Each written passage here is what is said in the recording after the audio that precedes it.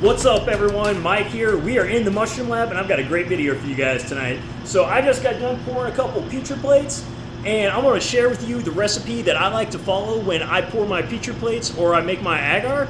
Alright, now there's a myriad of different agar recipes out there. The one that I'm following tonight that I made right here is called potato dextrose agar. It's a simple 3-ingredient recipe. Basically we're going to use some dehydrated potato flakes or instant mashed potatoes. I also have some agar powder here. This is essentially our thickener. And then I also have this corn sugar or dextrose or glucose. That's another nutrient source for the mushrooms.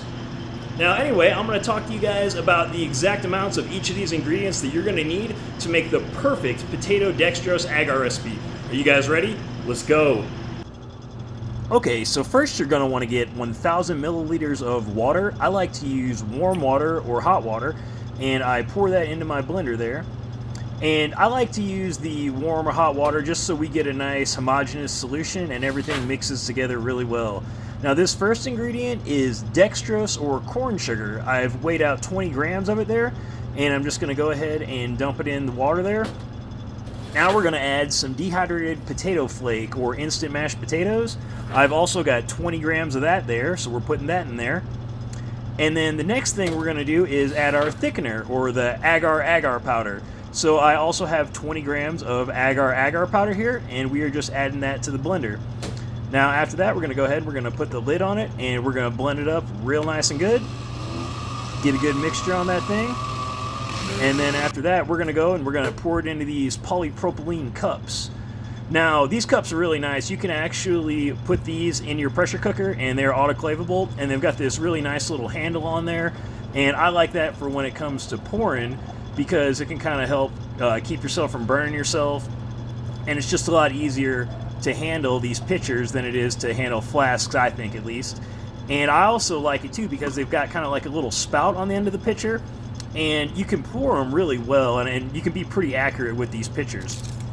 Now we need to get them ready to go into the pressure cooker, so we're going to put a little piece of aluminum foil over the top of them, and I've actually got aluminum foil doubled up here just so I get a real nice seal on there. I'm just kind of crimping it on there real good, and I'll do this other one here. Now when we go to load these in the pressure cooker, we're going to fill this pressure cooker up with just enough water to make sure that we can cook these things for 30 minutes. So to sterilize your agar solution, you're going to put them in your pressure cooker, and like I said, we're going to be cooking them for 30 minutes at 15 psi. So they are ready to go right now. We're ready to load them in that pressure cooker. Alright, here they are cooking, 30 minutes at 15 psi.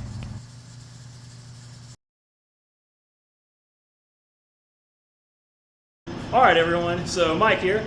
We are in the lab right now. I got the pressure cookers cooling, so we're about to pour these plates, and there's a few things I like to do before I pour the plates, and I want to talk to you guys about some of the tools I use to accomplish all these things and just get us ready to pour some plates. So number one, we need to have our flow hood on, or you need to be in your still air box and get your still air box all clean, but I'm using a flow hood, so flow hood is on. I've wiped down the whole area with alcohol, and you've got a scalpel that we're going to use to cut open those packages of Petri plates. I've already wiped down the packs of Petri plates with alcohol, so they've been sanitized. So we're going to use a torch to go ahead and sterilize our scalpel. Alcohol will be for sanitation. We've got a temp gun right here. This temp gun is just to tell us what temperature the agar is when we go to pour it. So we're going to check our temperature on our agar to make sure that we pour it at the right temperature. But those are just a few of the tools I like to use. Now let's get on to pouring this agar. Okay, so here's that infrared temp gun, and I am just checking the temperature on that agar. I just pulled it out of there pretty recently, so she's pretty hot still. Now, the thing with agar, you really want to pour it kind of in between. I like to personally pour it in between about 115 and 100 degrees. The closer you get to 100 degrees, it starts to thicken, so you got to be careful and catch it at the right time. You don't want to let it go too long and get too cold, because otherwise it'll get too thick on you. So anyway, let's go ahead. Let's get these plates ready to pour. Now we're going to flame sterilize our scalpel, and then what we're going to do is we're going to cut open these packages of Petri plates. Now, like I said, I have already sanitized them with alcohol and wiped them down with alcohol. But now I just got my scalpel red hot, and we're going to cut open those packages now. We are cutting them open in front of the flow hood there. Just cutting that open, and the Petri plates are upside down right now. I'm actually going to take them and flip them now, and you'll see I'll just pull that plastic sleeve right off the top.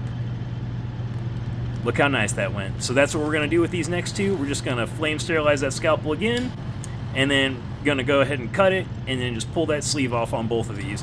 And then we will be ready to pour these Petri plates. Alright everyone, so now we're ready to pour some plates. I'm just removing that aluminum foil from the top of that agar solution right there. And I'm just moving over this stack of plates, and I'm very carefully picking up that stack from the top of the bottom plate there. Now I'm pouring in the agar solution into the bottom of that plate, and we're going to place the top of that plate back on. And now we're just picking up the next one, and we're going to keep pouring plate by plate.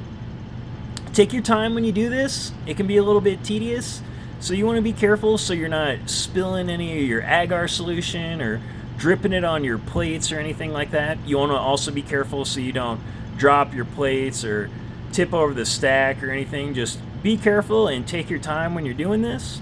I'm going to go ahead and I'm just going to speed this up just because I do work a little slow when I do this. You do want to move along though, because if you work too slow, your agar can thicken up on you and cool too quickly, so keep that in mind. But let's go ahead and just finish pouring these up here.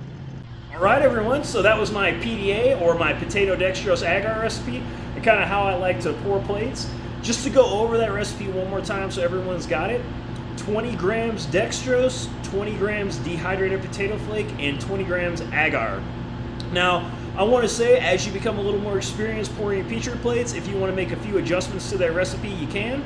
You could add a little more agar if you like to pour it a little thicker, for instance. I kind of like to do that myself. I kind of like to bump it up to 22, 23 grams, and it's just a little bit thicker when you pour it, and I kind of like that. But it's up to you. Kind of work with that and see where you like that. I just want to say, too, these are some really cool Petri dishes I'm using here. Let me show you these. So, I don't have this wrapped or anything like that. Normally you wouldn't want to pull this away from the flow hood, but just for demonstration purposes, I just wanted to kind of show you what the plates look like, what it turned out. These are actually autoclavable plates. So I'm going to take this one, I'm going to clean it out, and I've got a couple other ones that I didn't use over here, and I actually just want to take these. I've never used an autoclavable Petri plate before. Okay, the only ones I've previously used were disposable one-time use ones. And I just went to order some plates the other day, and I saw these on Amazon that they had some autoclavable Petri plates, so I decided to go ahead and pick some up.